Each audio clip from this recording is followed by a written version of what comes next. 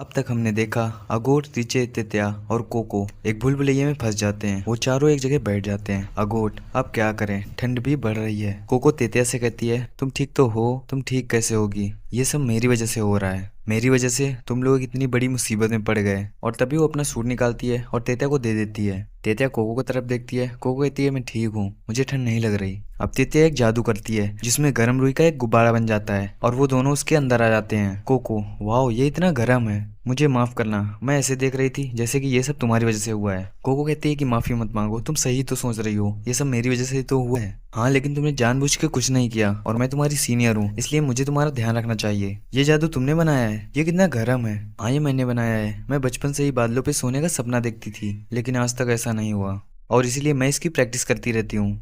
लेकिन अभी भी मैं इसे पूरा नहीं बना पाई हूँ और जिस दिन मैं इसे पूरा बना लूंगी मैं इसे लोगों को दे दूंगी ताकि वो लोग भी इसका इस्तेमाल कर पाएं। और वो कोको को उसका ड्रेस दे देती है और कहती है, हम लोग साथ में जादूगर बनेंगे और साथ में ही ये स्टूडेंट वाले कपड़े उतारेंगे। तभी इस गोले में अगोट और रिचे भी आ जाते हैं। अगोट कहती है, अगर तुम्हें इसे उड़ाना है तुम्हें इसे और हल्की चीज से बनाना होगा। चलो, और सब तो ठीक है, लेकिन सबसे पहले यहाँ से निकलने का रास्ता ढूंढते हैं। मुझे लगता है ये भूल भुलैया है और इसीलिए हम लोग घूम फिर कर वापस उसी जगह आ जाते हैं। भले ही यहाँ पे वजित जादू का यूज हुआ है, लेकिन कोई भी जादू करने के लिए आकृति का होना जरूरी है, तो यहाँ भी कोई आकृति जरूर होगी। कोको कहती है, ऐसी आकृति तो मैंने देखी है और वही बताने के लिए मैंने तुम्हें टच किया था। वो आकृति काफी ज्यादा ऊपर होती है। वो सभी नोटिस करते हैं कि ड्रैगन पहले से और ज्यादा बड़ा हो गया है। ऋषा कहती है कि मुझे लगता है हम लोग छोटे हो रहे हैं। अगोट कहती है, कुछ भी हो, हमें बस यहाँ से निकलना है। अगोट कहती है, हम उसे आग से जला देंगे। माफ करना, लेकिन तुम्हारे आग वाले जादू से उस पर खास असर नहीं हुआ। पिछली बार जब तुमने जादू किया था तो वो बस थोड़ा सा पीछे गया था। अच्छा, तो तुम्हें बताओ हमें क्या करना चाहिए? हमें उसे नहीं हराना चाहिए। ये सुनकर वो सभी चौंक जाते हैं। कोको कहती है, मेरा मतलब ये है कि हम उसे नहीं हराएंगे, बल्कि हम उसे डिस्ट्रैक्ट कर देंगे। जैसे तेतिया ने अभी गर्म रुई का गोला बनाया, वैसा ही मखमल वाला बिस्तर हम ड्रैगन के लिए बनाएंगे। उसमें आराम करने लगेगा और हम सब भाग जाएंगे। नीचे उसकी बात से सहमत हो जाती है और कहती है कि हाँ, तुम सही कह रहे हो। आराम को देखकर अच्छे अच्छे लोग बेबस हो जाते हैं, तो ड्रैगन क्या चीज है। कोको की इस बात से सब लोग राजी हो जाते हैं, लेकिन अगोट कहती है, मैं अभी सोचती हूँ। वो कहती है कि किफरी सर ने कहा था, जो जादू हम दूसरों को खुश करने के लिए कहते हैं वो वर्जित कभी नहीं होता और इससे ना ही हमें चोट लगेगी ना ही ड्रैगन को। तेतिया कहती है कि हाँ, और अगर अगोट भी इसमें हमारी हेल्प करेगी तो हम जल्दी बाहर निकल पाएंगे। और अगोट भी इन सबके प्लान में शामिल हो जाती है। वो चारों बैठे होते हैं और सोच रहे होते हैं, ऐसी क्या चीज लें जो उस ड्रैगन के लिए बिस्तर बना दे। तेतिया, हमारी डायरी से बिस्तर बनाए? हमारे पास इतने कागज नहीं है कि उससे ड्रैगन के लिए बिस्तर बन पाए। रिचे कहती है, कपड़े? अगोट कहती है, ये बहुत कम है, और क्या तुम इनके बगैर रहना चाहोगी? तभी अगोट कहती है कि रेत, हम रेत से ऐसा बिस्तर बना सकते हैं, लेकिन इतनी सारी रेत हम कहाँ से लाएंगे? तभी उसे याद आता है कि जब हमने दीवार तोड़ी थी उसमें से बहुत सारी रेत निकली थी, तो अगर हम दीवार तोड़ने वाली आकृति का यूज करके बहुत सारी दीवारें तोड़ दें तो हमारे पास रेत हो जाएगी, जिससे हम उसके लिए बिस्तर बना पाएंगे। अगोट तेतिया से कहती है, ऐसा जादू बनाना स्टार्ट करो जो रेत को बांध के रखेगी। मैं रेत को उठाने वाला जादू बनाऊंगी। कोको कहती है, और मैं क्या करूं? अगोट कहती है, तुम कुछ मत करो। वो सभी अपना अपना काम करने लगते हैं। वो अगोट का चित्र देखती है, वाह, ये कितना सटीक बना है, देखो तो जरा ये कैसे बनाती है। तभी वो अगोट को देखती है। वो चित्र बनाने से पहले हवा में पेन को घुमाती है। अच्छा, तो पेपर पे बनाने से पहले हवा में 2-3 बार घुमाना है। वो रिचे और तेतिया को भी देखती है, वो भी सेम ऐसे ही करते हैं। वो अपना पेन, पेपर और स्याही निकालती है और कहती है, देखो तो जरा मैं कैसे बनाती हूँ। वो भी कुछ बनाने लगती है। हम देखते हैं शाम हो चुकी है और वहाँ अंधेरा भी हो गया है। रिचे और तेतिया कहते हैं, मेरे तो कागज ही खत्म हो गए। गोट कहती है, इससे कुछ नहीं होगा, अगर हम इकट्ठा करने वाला जादू करेंगे तो वो रेत को बहुत ही ज्यादा सख्त बना देंगे। तेतिया कहती है, तो हम क्यों ना ऐसा करें कि रेत के चारों तरफ हवा बना दें, लेकिन उससे सारी रेत बिखर जाएगी, इसका भी कोई फायदा नहीं। और वो सभी सोचने लगते हैं कि कोई तो तरीका होगा। तभी वो देखते हैं कोको ने आग जलाई है। कैंप फायर देख के तेतिया कहती है, वाओ, तुमने ये कैसे किया? हम बनाते हैं तो बुझ जाती है। कोको कहती है, ये मैंने बहुत बार प्रयास किया और अब बन गई। इस पे अगोट कहती है कि इसमें कौन सी बड़ी बात है, एक ही चीज को बार बार करने से वो चीज तो हो ही जाएगी। तभी उसे याद आता है कि हाँ, अगर ऐसा मैं भी करूँ तो मैं वो कर सकती हूँ जो मैं बनाना चाहती हूँ। अब वो सभी अलग अलग जगह पर अलग अलग चित्र बना देते हैं। कोको और तेतिया एक जगह पर होते हैं, रिचे और अगोट एक जगह पर। और चित्र कंप्लीट होते ही कोको रिचे को टोपी दिखा के इशारा करती है कि मेरा चित्र कंप्लीट हो गया। अगोट कहती है, उन्हें इशारा करो कि वो घेरा बंद करें। तभी रिचे टोपी उल्टा कर देती है और वो दोनों एक साथ घेरे को बंद कर देते हैं। इससे जादू हो जाता है। और उन्होंने ऐसे कई सारे चित्र बनाए थे, फिर वो सभी का घेरा बंद कर देते हैं। वो सारी जगह गिरने लगती है। वो सब भाग के एक जगह पर आ जाते हैं और वो ड्रैगन को देखती हैं। उन्होंने जो जादू किया था उससे रेत का एक बड़ा बादल बन जाता है। ड्रैगन उस बिस्तर पर काफी ज्यादा कंफर्टेबल हो जाता है और खेलने लगता है। कोको कहती है हमने कर दिया। अगोट कहती है हमारे पास ज्यादा टाइम नहीं है, चलो जल्दी यहाँ से चलते हैं। रिचे वहीं पर रुकी रहती है। देखो ना ड्रैगन कितना ज्यादा खुश है। मैं पहली बार बहुत ज्यादा खुश हूँ क्योंकि मेरे जादू की वजह से किसी को खुशी मिली। देखो ना ड्रैगन कितना ज्यादा खुश है। अब वो सभी उस आकृति के पास पहुंच जाते हैं। उन सबको कुछ भी समझ में नहीं आता कि ये कौन सा जादू है और इसका क्या करना है। अब हम कीफरी सर को देखते हैं जिन्हें वो कीड़ा बता रहा होता है कि वो लोग यहीं से गायब हुए थे। लड़का कहता है यहाँ पे तो पक्की सड़क थी, यहाँ पे मिट्टी और रेत कैसे आ गई। वो कीड़ा एक पत्थर के पास बैठा होता है। तभी कीफरी उस पत्थर को हटा देते हैं। अब हम उन चारों को देखते हैं। तितिया ने उस आकृति को बिगाड़ दिया। अगोट कहती है तुमने ऐसा क्यों किया, अब पता नहीं क्या होगा। तभी वो देखते हैं वो जादू खत्म हो रहा है और ऊपर आसमान दिखने लगता है। तितिया कहती है हम उस होल से बाहर निकल सकते हैं। तभी वो ड्रैगन उनके पास आ जाता है और वो सभी जहाँ खड़े होते हैं ड्रैगन उस जगह को तोड़ देता है। अगोट नीचे गिरने लगती है और गिरते हुए कहती है तभी उसे याद आता है कि मेरे जूतों में तो जादू ही नहीं है।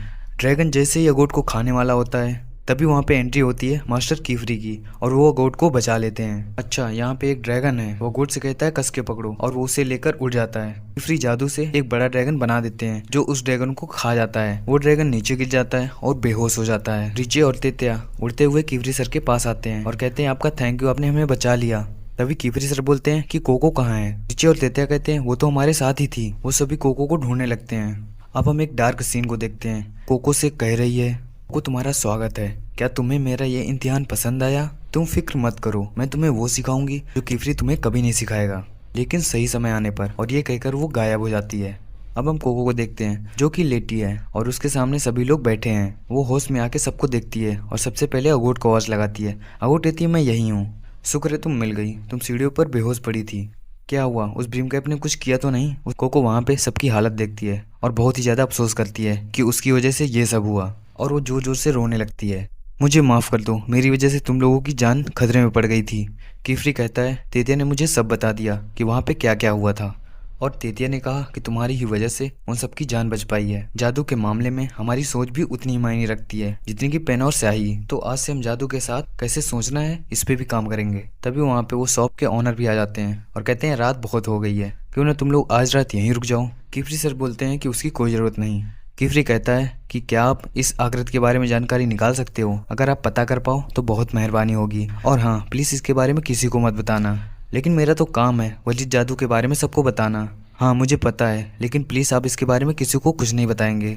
वो उसी आकृति के बारे में बात कर रहे होते हैं जिसकी वजह से वो चारों टेलीपोर्ट हुए थे। अगले सीन में हम देखते हैं अगोट और कोको दोनों प्रैक्टिस कर रहे होते हैं। अगोट अपने जादू का प्रैक्टिकल करने के लिए घर से बाहर जाती है और जादू करके देखती है। ये रोशनी तो बहुत कमजोर है और इसमें उजाला भी नहीं है, मुझे और प्रैक्टिस करनी चाहिए जिससे मैं और अच्छा चित्र बना पाऊँ। अब हम कोको को देखते हैं जिसने काफी सारे चित्र बनाए हैं। मैंने काफी सारे चित्र बनाए लेकिन इस पेन से मैं कोई भी चित्र अच्छे से नहीं बना पाती जितना अच्छा मैं इस पत्थर से बना पाती हूँ। उस दिन भूल भुलैया में मैं एक भी जादू नहीं कर पाई। वो प्रैक्टिस शुरू करती है लेकिन तभी उसे नींद आ जाती है और वो सोने लगती है। तभी उनका मास्टर कीफरी आ जाता है। तुम्हें यहाँ नहीं सोना चाहिए, नहीं तो तुम्हें ठंड लग जाएगी। कीफरी सर मैं तो प्रैक्टिस कर रही थी, इस तरह तो मैं जादूगर कभी नहीं बन पाऊंगी और उस किताब तक कैसे पहुंचूंगी। कीफरी कोको से कहता है कि शांत हो जाओ और मेरे साथ चलो, मैं तुम्हें कुछ दिखाता हूँ। वो कोको को किचन में ले जाते हैं। कीफरी सर कोको को एक डिश देते हैं चेक करने के लिए। कोको से खाती है और बहुत ही ज्यादा खुश हो जाती है। इसे मैंने 2 साल पहले बनाया था। ये सुनकर कोको चौंक जाती है। तभी कीफरी बोलता है तुम फिक्र मत करो, मैंने इस पर ताजा रहने वाला जादू किया था और ऐसे जादू हमें बीच बीच में बनाने पड़ते हैं ताकि चीजें खराब ना हो। अब कीफरी सर कोको को एक खाने वाली सख्त चीज देते हैं और उनसे कहते हैं कि तुमने फायर कैंप बनाना सीखा था ना, फायर कैंप बनाओ और इसे पकाओ। कोको आग बनाती है लेकिन पहली बार में वो सब्जी आग पर ही गिर जाती है और आग बुझ जाती है। कीफरी कहता है और प्रयास करो। कोको फिर आग बनाती है लेकिन इस बार भी वो सब्जी जल के नीचे गिर जाती है। कोको ऐसे ही बहुत बार प्रयास करती है। वो जितनी बार जो भी गलती करती है कीफरी सर उसे बताते हैं कि तुमने इस बार ये गलती की और इसे सुधारो। कोको ऐसे ही कई बार प्रयास करती है और लास्ट में वो एक परफेक्ट आग बना लेती है जिसके ऊपर वो उस सब्जी को भूनने लगती है। कीफरी कोको से कहता है वाह तुमने कर दिया। अब वो कोको को बताता है कि सबसे पहला जादू मैंने जो सीखा था वो था पानी बनाने का, क्योंकि मुझे पानी से बहुत नफरत है और पानी से बचने वाले जादू को सीखने के लिए मैंने अपनी जी और जान लगा दी। अगर तुम्हें समझ नहीं आ रहा कि तुम्हें कौन सा जादू सीखना चाहिए तो तुम डेली यूज होने वाली चीजों से स्टार्ट करो, जैसे कि खाना बनाना। कोको कहती है ठीक है, अब मैं खाना बनाने से शुरू करूंगी। तभी वहाँ पे रिचे और तितिया भी आ जाते हैं। मुझे लग ही रहा था कि कुछ मस्त चीज बनने वाली है। मैं रेडी हूँ, बताओ मुझे क्या मदद करनी है। माफ करना लेकिन मैं चाहता हूँ कि इस बार कोको कोशिश करे।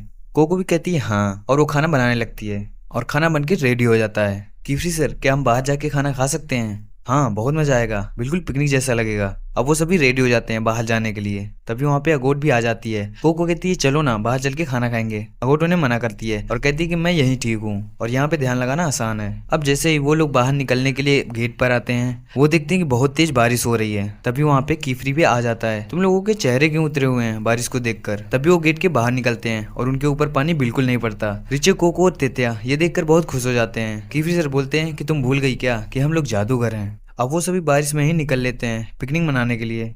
वो सभी एक पुल के नीचे आ जाते हैं और वहीं पे खाने लगते हैं। उनके साथ वो कीड़ा भी होता है जो कोको के साथ आया था। तभी वो सभी देखते हैं बादलों के बीच से रोशनी आ रही होती है। कोको कहती है वाह, ये नज़ारा कितना प्यारा है, मैं अगोट को बुला के लाती हूँ ताकि वो भी ये नज़ारा देख सके। और वो अगोट को बुलाने के लिए घर की तरफ चल देती है। कोको घर पहुंचती है और वो जैसे ही दरवाजा खोलती है, सामने से एक लड़का आता है और वो कहता है तुम कौन हो? कोको को कुछ समझ में नहीं आता ये क्या हो रहा है और ये लड़का कौन है। तभी कोको के पीछे कीफ्री सर भी आ जाते हैं। कोको कहती है मैं कीफ्री सर की नई सागिर्द हूँ। वो लड़का कीफ्री से कहता है मेरे ना रहने पर तुमने एक और सागिर्द बना लिया। कीफ्री कहता है इसकी बहुत बड़ी वजह है, ये लड़की वज्जित जादू का शिकार हुई है। और ये सुनते ही वो लड़का कोको को पकड़ लेता है और लेके जाने लगता है। वो लड़का कहता है मुझे ब्रीम कैप के चक्कर में नहीं पड़ना, मैं इसे नाइट मोरलिस के हवाले करने जा रहा हूँ। नाइट मोरलिस वो ग्रुप है जो वज्जित जादू करने वालों को ढूंढता है और उन्हें सजा देता है। और ये बोलकर वो लड़का कोको को लेकर जाने लगता है। और तभी कीफ्री अपने जादू से पानी का बैरियर बना देता है और कहता है कि कोको को यहाँ से कोई नहीं ले जाएगा, फिर चाहे वो मेरा करीबी दोस्त ही क्यों ना हो। अच्छा, तो इस लड़की के लिए तुम मेरे खिलाफ जाओगे? आखिर कौन है ये लड़की? मैं तुम्हें सब बताता हूँ, पहले अंदर चलो। कीफ्री उस लड़के को सब कुछ बता देता है। कीफ्री कोको को उस लड़के के बारे में बताता है कि मेरा दोस्त है और इसका नाम ओरिनियो है और ये जादू के बचाव के लिए पहरेदार है। अब कीफ्री ओरिनियो को बताता है कि अगर उस दिन मैंने कोको की यादें मिटा दी होती तो हम ब्रीम कैप तक पहुंचने एकमात्र रास्ता भी खो देते और इसीलिए मैंने ऐसा नहीं किया। एक बात जान लो कीफ्री, हमें इस चक्कर में नहीं पड़ना, ये सब काम नाइट्स वालों का है तो ये उन्हें देखने दो। अब कीफ्री हमें नाइट मोरलिस वाले ग्रुप के बारे में बताता है। जादुई समझौते वाले दिन जो भी रूल बनाए गए थे उनकी रक्षा करना इनका काम है और अगर कोई वज्जित जादू यूज करता है या फिर उसके बारे में जान जाता है तो ये उसकी यादों को मिटा देते हैं। ये कानून के बहुत पक्के होते हैं और ये किसी को भी नहीं छोड़ते। वो ओरिनियो से कहता है अगर हमने कोको को उन्हें दे दिया तो वो उसकी यादों के साथ साथ उसके जादू सीखने के जुनून को भी मिटा देंगे। कोको बहुत ही नेक दिल लड़की है, बहुत मेहनत करती है और अपने मम्मी को ठीक करना चाहती है, जो इसे मेरा राज पता चल गया, वरना ऐसा कुछ नहीं होता। और अगर तुम कोको की याददाश्त मिटाना चाहते हो तो तुम्हें मेरी भी याददाश्त मिटानी होगी। ओरिनियो कहता है हद है यार, ठीक है तुम्हारा जो मन करे तुम वो करो, लेकिन याद रखना मैं कोई भी मुसीबत मोल नहीं लूंगा, मैं नाइट्स मोरलिस वालों को बता दूंगा। कोको परेशान रहती है। कीफ्री कहता है तुम परेशान मत हो, तुमने शागिर्द होने का इम्तिहान पास किया है और तुम्हें किसी से भी डरने की कोई जरूरत नहीं। तो चलो सब लोग अपने कपड़े बदल लो, नहीं तो बीमार पड़ जाओगे। अब कोको अपने रूम में आ जाती है और वो देखती है उसका कीड़ा बाहर जा रहा है। उस कीड़े का नाम होता है बृहस्पति। वो उससे आवाज लगाते हुए उसका पीछा करने लगती है, लेकिन वो कीड़ा ओरिनो के रूम में चला जाता है। कोको जैसे ही ओरिनो के गेट पर पहुंचती है उस पर लिखा होता है कि गेट को छूना भी मत वरना तुम्हें सजा मिलेगी, लेकिन कोको गेट खोल देती है। तभी ओरिनियो ऊपर से आवाज देता है कि तुमने दरवाजे पर लिखी चेतावनी नहीं पढ़ी क्या? कोको कहती है माफ करना, लेकिन मैं अपने बृहस्पति को लेने आई हूँ। ओरिनियो उसके कीड़े को उसे दे देता है। तभी वो नोटिस करती है उसका कीड़ा तो बहुत गीला था, वो सूख कैसे गया। और तभी ओरिनियो एक जादू करता है जिससे कोको भी सूख जाती है और ये जादू वो एक रिंग की मदद से करता है। कोको ओरिनियो को थैंक यू बोलती है कि आपने मुझे सुखा दिया, मैं अपने घर में किसी को बीमार होने नहीं दे सकता। उससे कहता है ठीक है अब अपने रूम में जाओ। तभी वो देखता है कोको नीचे बैठी होती है और नीचे पत्थर जल रहे होते हैं। कोको से देखकर बहुत ही ज्यादा खुश रहती है, यही तो वो जादू था जिसे देखकर मुझे जादू से प्यार हो गया। तभी ओरिनो देखता है कोको लेट गई है और वो खेलने लगती है क्योंकि उसे बहुत मजा आ रहा होता है उस लाइट को देखकर। और एक बार फिर वो ओरिनो सर को थैंक यू बोलती है। ओरिनो उसे भगा देता है कि अब जाओ, बहुत हो गया। कोको अपने रूम में चली जाती है। अगुट पढ़ाई कर रही होती है। कोको कहती है चलो बाहर चल के पढ़ाई करते हैं। वो कहती है मैं यहीं पढ़ूंगी, तुम्हें जाना है तो जाओ। कोको बाहर चली जाती है, लेकिन अगोट अंदर ही प्रैक्टिस करने लगती है। अगोट ध्यान लगाने की बहुत कोशिश करती है, लेकिन खिड़कियों की आवाज की वजह से वो ध्यान नहीं कर पाती। काफी देर परेशान होने के बाद मुझे इसी शोर में प्रैक्टिस करने की आदत बनानी होगी। अगोट फिर से अपनी वही रोशनी बनाती है और कहती है ये पहले से काफी ज्यादा सही है। तभी अगोट को आवाज आती है कि कोई कीफ्री सर को बुला रहा है। वो बाहर जाकर देखती है, एक आदमी होता है जो कीफ्री सर से बोलता है कि मेरे बेटे को बचा लो, वो पानी में बह गया है। कीफ्री कहते हैं परेशान मत हो, हम कुछ करते हैं, लेकिन वो बंदा कहता है कि नहीं जल्दी चलो, नहीं तो मेरे बेटे को कुछ हो जाएगा। अगोट वहां जाती है और पूछती है कि क्या हुआ। दित्या उसे बताती है कि भारी बारिश की वजह से पुल टूट गया है और इनका बेटा एक बग्घी में बैठा है और वो नदी में फंस गया है। ऋषि कहती है ऐसी हालत में वहां जाना बहुत ही ज्यादा खतरनाक है। तभी अगोट सोचती है रियल लाइफ में जादू करने का मौका मिलेगा। तो वो कहती है कि कीफ्री सर मैं भी आपके साथ चलूंगी, लेकिन कीफ्री सर उसे मना कर देते हैं कि नहीं। अब अगले सीन में हम देखते हैं ओरेनियो और कीफ्री उस आदमी के बच्चे को बचाने के लिए उसके पीछे जा रहे हैं और उनके साथ अगोट भी होती है। और जाते हुए अगोट अपने पास्ट सीन को याद करती है कि जब उसने कीफ्री सर से जाने के लिए बोला था, लेकिन कीफ्री सर ने उसे मना कर दिया और बोला कि जब तक तुम दूसरा इम्तिहान पास नहीं कर देती तुम लोगों के सामने जादू नहीं कर सकती, क्योंकि उसकी इजाजत हमें नहीं है। कीफ्री कहता है सही समय का इंतजार करो, आप मेरे गुरु हैं, तो क्या आप नहीं चाहते कि मैं और भी ज्यादा चीजें एक्सपीरियंस करूं। और तभी वहां पे ओरेनियो आता है। मैं वहां जाकर खिड़की तैयार कर दूंगा और तुम भी आ जाना और अपने साथ दवाइयां भी ले आना। और हाँ, अगोट को मैं अपने साथ ले जा रहा हूँ। ये सुनकर अगोट खुश हो जाती है, मैं बस 1 मिनट में आई। तभी तेतिया कहती है हम भी साथ चलेंगे। ओरेनियो कीफ्री से कहता है थोड़ा इन्हें घूमने दो यार, इतना सख्ती से मत रखो। कुछ चीजें होती हैं जो मैदान में चल के ही सीखी जाती हैं, तो इन्हें तजुर्बा लेने दो।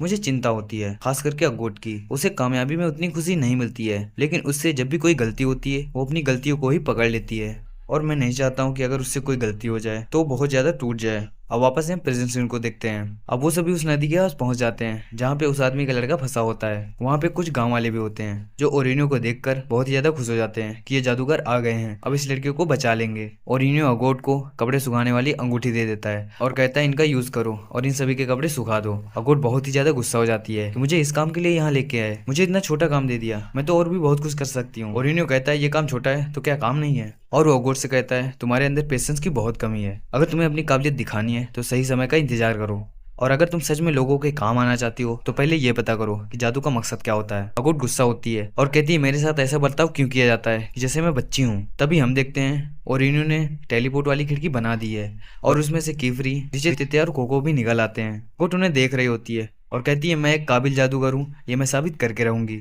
ओरेनियो बग्घी में जाकर बैठ जाता है और कीफ्री सर अपनी तलवार से पानी को 2 हिस्सों में काट देते हैं। इससे बग्घी के ऊपर जाने वाला पानी 2 हिस्सों में बंट जाता है। ओरेनियो बग्घी में फंसे सारे लोगों को एक एक करके निकाल लेता है और ऐसे करके उन्होंने सबको बचा लिया है। वो आदमी अपने बेटे को गले लगा लेता है। आदमी कीफ्री को थैंक यू बोलता है कि मैं आपका एहसान कभी नहीं भूलूंगा। कीफ्री उस आदमी से कहता है अगर कहीं चोट लगी है तो हमें बता दो, हम दवाइयां भी अपने साथ लाए हैं। तभी वो देखता है चारों कीफ्री के तलवार के सामने बैठी होती हैं, सोच रही होती हैं ये कैसे किया। तभी कीफ्री वहां आ जाता है। कोको कहती है सर ये आपने कैसे किया। कीफ्री उनसे कहता है कि मैंने इसे रेन क्लीवर नाम दिया है और इसमें तुम्हें जो आकृतियां दिख रही हैं वही जादू हैं, और इस वजह से ये तलवार इतनी पावरफुल है कि समुद्र में भी रास्ता बना सकती है। तेतिया उसे देखती है और छूने की कोशिश करती है। कीफ्री कहता है नहीं नहीं, इसे तुम मत टच करो, इसे मैं बहुत सावधानी से रख लेता हूँ, नहीं तो तुम्हें चोट लग जाएगी। तभी ओरेनियो कहता है कि मैं ऊपर की साइड जा रहा हूँ कि वहाँ पे कोई फंसा तो नहीं है। कीफ्री बोलता है कि हाँ मैं भी एक बार देख के आता हूँ कि सब ठीक है कि नहीं। और कीफ्री रिचे और तेतिया को अपने साथ लेकर चला जाता है। कीफ्री कोको और अगोट से कहता है कि तुम दोनों यहीं रहो। कोको बैठी होती है और सोच रही है कि काश मैंने अगोट के जूतों का जादू बना दिया होता, अगोट भी उड़ पाती। हम देखते हैं वो लड़का जो कीफ्री ने बचाया था वो वापस से नीचे जाने लगता है कि पापा बोलते हैं बच्चे नीचे मत जाओ, नीचे बहुत खतरा है और नीचे पानी का बहाव भी बहुत ज्यादा है। लेकिन वो लड़का कहता है कि जो सामान बाहर है मैं उसे ले आऊंगा, आप प्लीज चिंता मत करो। और वो रस्सी के सहारे नीचे उतर जाता है। जिस पेड़ में उसने रस्सी बांधी थी वो पेड़ धंस जाता है और नीचे गिर जाता है, और इसके साथ वो लड़का भी नीचे गिर जाता है। पेड़ के साथ बड़ी चट्टान नीचे गिरती है और वो लड़का उस चट्टान के नीचे दब जाता है। देखकर उसका पापा भी नीचे जाने लगता है। अगोट और बाकी लोग उसे रोक देते हैं। तभी अगोट देखती है कि कोको भी नीचे गिर चुकी है। वो अगोट को आवाज लगाती है, पूछती है तुम ठीक तो हो। कोको नीचे पानी के पास लटकी होती है। वो लड़का कोको के पास ही बेहोश पड़ा होता है। वो ये बात गाँव वालों को बताती है। अब उस लड़के का पापा अगोट को पकड़ लेता है और कहता है प्लीज मेरे बेटे को बचा लो, तुम भी तो एक जादूगर हो ना। कहती है हाँ मैं कुछ करती हूँ। अगोट अपने मन में बोलती है कि हाँ यही सही मौका है अपनी काबिलियत दिखाने का, लेकिन उसे समझ में नहीं आता कि मैं क्या करूं। कोको नीचे से आवाज लगाती है लड़का बेहोश है, बताओ मैं यहाँ से क्या कर सकती हूँ। को कुछ समझ में नहीं आता कि मैं क्या करूँ और वो चुपचाप बैठी रहती है। अब अगले सीन में हम नाइट्स ग्रुप को देखते हैं। उनके लीडर के पास कुछ लोग आते हैं और कहते हैं कि हमें कालीन गांव की खबर मिली जहाँ पे नदी का बहाव बहुत ज्यादा है। वो कहता है तो फिर चलो चलते हैं। अगोट कोको को देखती है जो थोड़ा खिसक खिसक कर पत्थर के पास आ गई है। कोको अगोट से कपड़े सुखाने वाली रिंग मांगती है। अगोट उसे दे देती है। कोको मन में कहती है एक बार ये कागज सूख जाए तो मैं उड़ने वाला जादू बनाऊंगी और उस चट्टान को उड़ा दूंगी। अगोट मन में कहती है मुझे कुछ करना होगा, नहीं तो बाकी लोग कोको को जादू करते हुए देख लेंगे, मुझे इन गाँव वालों का ध्यान भटकाना होगा। और तभी अगोट पीछे जाती है और सबसे कहती है देखो मैं जादू दिखाने वाली हूँ, और वो एक उड़ता हुआ पक्षी बना देती है। सब लोग उसे देखने लगते हैं और इससे उन गाँव वालों का ध्यान भटक जाता है। इससे कोको को टाइम मिल जाता है आकृति बनाने का। तभी कोको देखती है उस लड़के को होश आ गया है, उससे कहती है मैं कोको हूँ, तुम ठीक तो हो? वो लड़का कहता है हाँ मैं ठीक हूँ।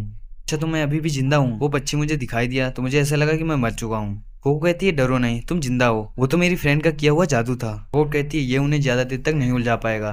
गांव वाले अगोर से कहने लगते हैं ये तुम हमें क्या दिखा रही हो, तुम हमें तमाशा दिखा रही हो, वो परिंदा मेरे बच्चे को कैसे बचाएगा। कोको कहती है मुझे माफ कर दो। तभी उसका पापा नीचे जाने लगता है अपने बच्चे को बचाने के लिए। तभी वो सभी देखते हैं कोको उस लड़के को उड़ाकर बाहर ले आती है। कोको अगोट को गले लगा लेती है। कोको अगोट को गले लगा लेती है और रोने लगती है कि मैं बच गई, मैं तो बहुत डर गई थी। अगोट उसे दूर करती है और कहती है पहले तुम ये बताओ तुमने उस विशाल चट्टान को उड़ाया कैसे। तभी वो देखती है कोको के ऊपर रेत लगी है। कोको कहती है हाँ मैंने वही जादू किया है जो जादू हमने ड्रैगन को उलझाने के लिए किया था, पत्थर को तोड़ने वाला। तुमने अभी जो जादू किया था उससे ही मुझे ये आइडिया आया और मैं ये तुम्हारी वजह से ही कर पाई। अगोट कहती है वो तो मैंने इसलिए बनाया था ताकि कीफ्री सर जल्दी से यहाँ आ जाएं। और वो कोको से कहती है याद रखो हम अभी दोस्त नहीं हैं। तभी कोको बहुत ही ज्यादा इमोशनल हो जाती है। कोको उस लड़के को देखती है जिसको उसने बचाया था और ऐसे ही मैं एक दिन अपनी माँ को भी बचा लूंगी। तभी वहाँ पे नाइट्स ग्रुप के लोग आ जाते हैं और कोको और अगोट को पकड़ लेते हैं। अगोट उन्हें देखती है और समझ जाती है कि ये नाइट मोरल्स वाले लोग हैं। तभी उन ग्रुप में से एक लड़का बोलता है कि तुम लोग कौन हो, क्या ये जादू तुमने ही किया है? छोटे हो या बड़े, लेकिन तुमने जो गलती की है उसकी माफी नहीं है, तो जल्दी बताओ ये किसने किया? कौन है जो ब्रिम कैप्स के साथ मिला हुआ है? अगोट कहती है हमारा ब्रिम कैप से कोई लेना देना नहीं है और हमने कोई भी वर्जित जादू नहीं किया है, हमने बस लोगों की मदद करने के लिए जादू किया है। वो आदमी कहता है अगर ऐसी बात है तो ये नीचे क्या है? तभी अगोट देखती है नीचे बस रेत ही रेत है। कोको भी इसे देखती है और कहती है कि ये क्या हो गया, मैंने तो बस चट्टान के लिए जादू किया था, ये पूरा इलाका ही रेत कैसे बन गया? ये जादू पानी को भी रेत में बदल रहा है, मेरा जादू ये सब नहीं कर सकता। और ये सोचकर वो बहुत ज्यादा डरने लगती है। वो आदमी कोको से कहता है अच्छा तो तुम मान रही हो कि वो जादू तुमने ही किया है, ये जादू किसी नौसिखिए का तो नहीं है, ये जरूर किसी एक्सपर्ट बंदे ने किया है। और वो कोको से कहता है कि तुमने गलत किया और इसलिए मुझे तुम्हारी यादें मिटानी होगी। अब वो कोको की यादें मिटाने लगता है। नाइट्स ग्रुप का एक बंदा जिसका नाम इस्तिस है वो कोको से कहता है तुम फिक्र मत करो, थोड़ी देर में ही तुम सब भूल जाओगी और तुम्हारे अंदर का ये डर भी खत्म हो जाएगा। हमने कहा ना कि हमने कुछ नहीं किया, तो आप हमारी बात को क्यों नहीं मान रहे हो? इस्तिस उनकी यादें मिटाने ही वाला होता है। तभी वहाँ पे एंट्री होती है कीफ्री सर की और वो उन झंडों को जला देता है जिनसे उन्होंने अगोट और कोको को बांधा था। अगोट और कोको नीचे रेत में गिर जाते हैं। तभी वहाँ रिचे और तितिया भी आ जाती हैं। हम आपको कब से समझाने की कोशिश कर रहे हैं लेकिन आपको समझ में ही नहीं आता। इस्तिस कहता है कौन है ये लड़कियां? उनका साथी बताता है पता नहीं, और इन्होंने हमारे झंडे भी जला दिए। रिचे कहती है तुम हमारे साथ ऐसा बर्ताव कैसे कर सकते हो? हालात चाहे जो हो लेकिन जो कानून तोड़ेगा उसे सजा मिलेगी। यहाँ शांति तभी बनी रह सकती है जब हर जादूगर अपनी मर्यादा को ना भूले। एक छोटी सी गलती सब कुछ खत्म कर सकती है और हम ऐसा हरगिज होने नहीं देंगे। और तभी पीछे से कीफ्री आवाज देता है तुमसे बच्चों की बात तो सुनी नहीं जा रही, बस अपनी ही बकवास किए जा रहे हो। वो इस्तिस के ऊपर तलवार लगाकर बोलता है कि मेरी शागिर्दों की तरफ आंख उठाकर भी मत देखना। अच्छा तो ये तुम्हारी शागिर्द हैं, अब समझा कि ये इतनी बदतमीज क्यों हैं, बिल्कुल अपनी गुरु की तरह। कीफ्री कहता है अगर अच्छे शागिर्द तुम्हारे जैसे होते हैं तो फिर ये ऐसे ही सही है। कार है ऐसे नाइट्स ग्रुप पर जो अपना फर्ज ऐसे निभाता है। हमारा फर्ज है जो कानून का दायरा बना है उसकी रक्षा करना, और जो भी इन रूल को तोड़ेगा हम उसे नहीं छोड़ेंगे। ऐसे जादू जिनसे धरती का नक्शा बदलता है, समझौते वाले दिन, ऐसे जादू को ही वर्जित जादू करार दिया गया। और इस टाइम पे ये जादू यूज हुआ है तो जरूर उसे सजा मिलेगी जिसने भी ये किया होगा, चाहे जो भी हो। लेकिन सच्चाई जाने बिना उनकी यादें छीन लेना ये बिल्कुल सही नहीं है और ये मैं हरगिज होने नहीं दूंगा। और मुझे भरोसा है कि मेरी शागिर्द ऐसा जादू कभी नहीं कर सकती क्योंकि मैंने उन्हें ऐसा कुछ अभी सिखाया ही नहीं। तभी ओरिनियो नीचे से आवाज देता है कि तुम लोग बकवास बंद करो और नीचे लोगों की हेल्प कराओ। हम जादूगर हैं और जादूगर का फर्ज है लोगों की मदद करना। तुमसे समझदार तो ये बच्चियां हैं जो अपना फर्ज बखूबी अदा कर रही हैं। और फिर वो नाइट ग्रुप वाले भी लोगों की मदद करने लगते हैं। वो लड़का जिसे कोको ने बचाया था उसके पैर में चोट लगी है। नाइट कैप की एक लड़की आती है और उसे झंडे में लपेट लेती है। उस लड़की का नाम लुलुसी है। लुलुसी उस आदमी से कहती है कि मैं तुम्हारे बेटे को ले जा रही हूँ और वहाँ पे डॉक्टर इसका इलाज कर देगा। वो आदमी उसे रोक लेता है। वो आदमी कहता है कि मैंने अभी देखा कि तुमने जादू से अपना झंडा ठीक कर लिया, तो तुम इसे भी यहीं ठीक कर दो। लुलुसी कहती है मैं ऐसा नहीं कर सकती, भले ही मैं एक जादूगर हूँ लेकिन मैं इसे ठीक नहीं कर सकती। तो बताओ क्या मैं इसे इलाज के लिए ले जाऊँ या फिर यहीं छोड़ दूँ? वो आदमी सॉरी बोलता है और कहता है ठीक है इसे ले जाओ। अब सभी गाँव वालों को उनको सुरक्षित उनके घर छोड़ दिया जाता है। अब इस्तिस कोको से वो जादू करवा के देखता है जो उसने नदी में किया था।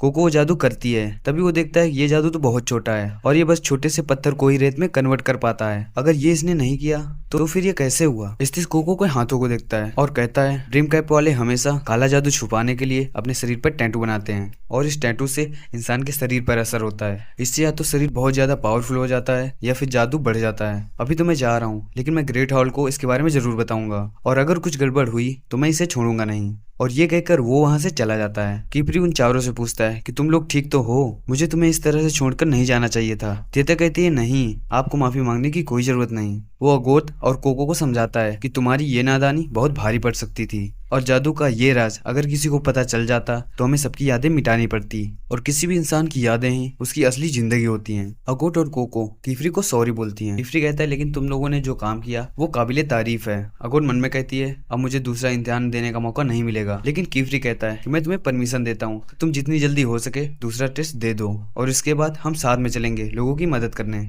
इस पर अगोट बहुत ही ज्यादा खुश हो जाती है। तेतिया कहती है कीफ्री सर हमारी बारी कब आएगी? कीफ्री कहता है हाँ तुम लोग की भी बारी जल्दी आएगी। और यूनियो कीफ्री से कहता है अब तुम्हें अगोट से डर नहीं लग रहा कि कहीं वो कुछ गलत ना कर दे और फिर पछताए? कीफ्री कहता है नहीं, मुझे ऐसा लग रहा है कि अगोट अब समझदार हो गई है और इस टाइम पे उसका हौसला बढ़ाना ही ज्यादा जरूरी है। स्थिस अपने साथियों के साथ वापस लौट रहा होता है, तभी उसका साथी कहता है कि वो लड़की वही है जिसके बारे में अफवाह फैली है। अच्छा तो क्या तुम ये साबित कर सकते हो? नहीं, क्योंकि जो घर जमा था उसके ऊपर बहुत ही ज्यादा झाड़ियां हो गई हैं, तो कुछ भी कह पाना मुश्किल है। तो इसका मतलब ये है कि हमें उस लड़की से ही पता करना होगा कि वो कौन है और उसने क्या जादू किया था। उसने इस नदी को रेत बना दिया, इस तरह तो धरती का नक्शा ही बदल जाएगा और इतनी खूबसूरत धरती खराब हो जाएगी। अब हम कीफ्री को देखते हैं जिनके साथ वो चारों लड़कियां और ओरोनियो भी होता है। वो सभी एक पुल के पास खड़े होते हैं। कीफ्री अपने जादू से उस पुल को ठीक कर देता है और ऐसा जादू करता है जिससे कि रेत वापस से पानी बनने लगे और वो नदी वापस आ जाए। कीफ्री देखता है नदी का पानी वापस आ रहा है, लगता है उस रेत बनाने वाले जादू का असर कम हो रहा है।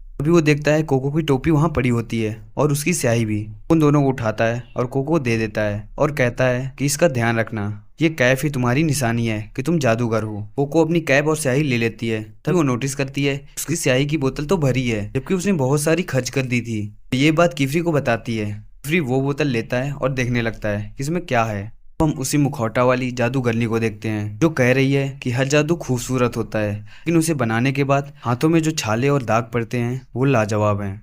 तभी वो अपना खून निकालती है और इंक में मिला देती है और कहती है कि देखते हैं ये राज तुम कब तक छुपा पाते हो। और वापस से हम कीफ्री को देखते हैं, वही स्याही है ना जो हम वहाँ शॉप से लेके आए थे।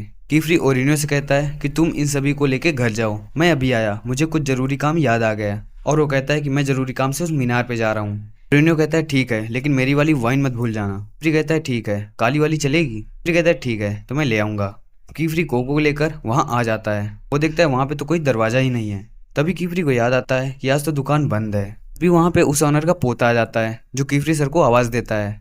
लड़के का नाम तारता होता है। तारता से कहता है मुझे तुम्हारे दादा से मिलना है। तारता अपने बैग से कुछ निकालता है और दीवार पे लगा देता है। ऐसा करते ही वहाँ पे एक गेट बन जाता है। वो गेट खोल के अंदर आ जाते हैं। तारता कीफ्री को बताता है कि दादाजी ऊपर हैं। कोको भी कीफ्री के साथ जाने लगती है। तभी वो कोको को रोक देता है और कहता है कि तुम्हारे पैर में चोट कैसे लगी? कोको कहती है बस थोड़ी सी खरोंच है। कोको उसके साथ उसके कमरे में जाती है। अभी वो देखती है वहाँ पे बहुत सारी स्याहियाँ, पेन और भी बहुत कुछ रहता है। वो ये सब देखकर बहुत ही ज्यादा खुश हो जाती है। वो वहाँ का सामान छूने लगती है लेकिन तारता कहता है प्लीज किसी भी चीज को हाथ मत लगाओ नहीं तो ये टूट जाएगा, सब गड़बड़ हो जाएगी। ये सभी तिलस्मी रंग है जादू के असर को कई गुना बढ़ा देते हैं। तुम कीफ्री को देखते हैं जो उस ओनर के पास आ गया है, लेकिन मैं जरूरी काम से आया हूँ, मुझे पता है तुम इस चित्र के बारे में जानकारी लेने आए हो। कीफ्री उस रिंग को उस ओनर को दे देता है और कहता है इसे जांचिए ना, इसमें क्या है। वो ओनर कहते हैं ये स्याही तो वही है जिससे कि ये आकृति बनी है। कीफ्री कहता है मैं समझ गया, जरूर ड्रीम कैप वालों ने ही स्याही पर जादू किया। उस दिन जब भूल भुलैया में बच्चे फंसे थे तभी वो अपनी कलम निकालता है और उसी स्याही से एक जादू बनाने लगता है। ओनर उसे रोकता है लेकिन कीफ्री वो जादू बना देता है। अब हम कोको को देखते हैं जो ताता से पूछती रहती है कि इस स्याही का क्या मतलब है, इस स्याही से क्या होता है, उस स्याही से क्या होता है। ताता एक एक करके उसे सब बता रहा होता है। कोको उसकी नॉलेज को देखकर बहुत ही ज्यादा खुश हो जाती है कि तुम्हें इतना कुछ कैसे पता, तुम तो बहुत किस्मत वाले हो कि तुम्हारी एक जादू की दुकान है। ताता कहता है कि नहीं, अटेलियर में रहना इससे लाख गुना ज्यादा बेहतर है।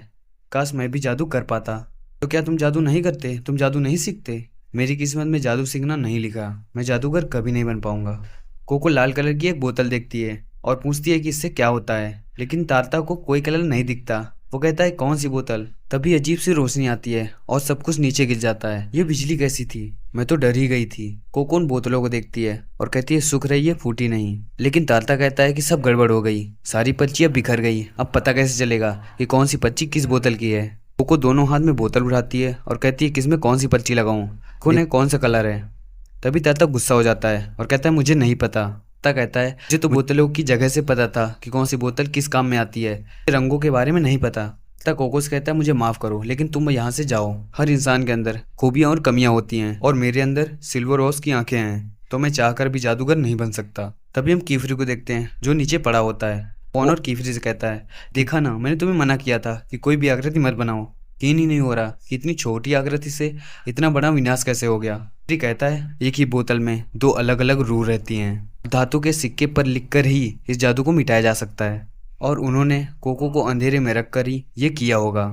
कोको ने जितनी स्याही यूज की, उन्होंने उसे किसी रासायनिक चीज से भर दिया, यानी कि ये बोतल सीधा उन लोगों से जुड़ी है, ड्रीम कैप वालों से। कीपरी उस बोतल को पकड़ लेता है और कहता है कि आखिरकार मुझे सुराग मिल ही गया। वो ऑनर कहते हैं, इतनी खतरनाक चीज को तो अभी मिटा देना चाहिए। ये बात तो ग्रेट हॉल तक पहुंचनी चाहिए। ग्रेट हॉल तो क्या, ये बात किसी को भनक नहीं लगनी चाहिए कि हमें ये सच पता चल गया है। ये सुनकर वो ऑनर डर जाते हैं कि कीफरी को क्या हो गया। तुम्हारा इरादा क्या है? आखिर तुम चाहते क्या हो? क्या तुम्हें अंदाजा भी है कि तुम क्या कर रहे हो? कीफरी उस ऑनर से सॉरी बोलता है।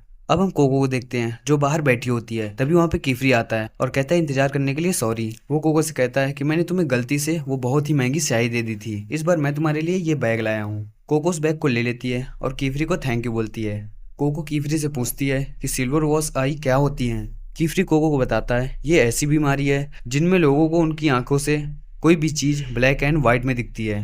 जादू की दुनिया में रंगों की बहुत अहमियत है और इसलिए ऐसे लोग जादूगर कभी नहीं बन पाते और बदकिस्मती से ही हम जादूगर कमजोर लोगों से हमदर्दी नहीं रखते। लेकिन तुम इस तरह से उदास मत हो, सब कुछ ठीक हो जाएगा और जब तक तुम मेरी स्टूडेंट हो मैं तुम्हारे ऊपर आंच भी नहीं आने दूंगा। अब हम ताता को देखते हैं जो अपने दादा के पास आता है। उनके दादाजी वही बोतलें उठा रहे होते हैं। ताता कहता है, दादाजी वो रोशनी कैसी थी? मिस्टर कीफरी ने कुछ किया था क्या? लेकिन उसके दादा बोलते हैं कि कौन सी रोशनी, मैंने तो किसी भी रोशनी को नहीं देखा। दरअसल कीफरी ने उसके दादा की यादें मिटा दी हैं, इसलिए उसके दादा को कुछ याद नहीं। और इसी के साथ ये पार्ट यहीं खत्म होता है। मिलते हैं अगले पार्ट में, तब तक के लिए टाटा बाय।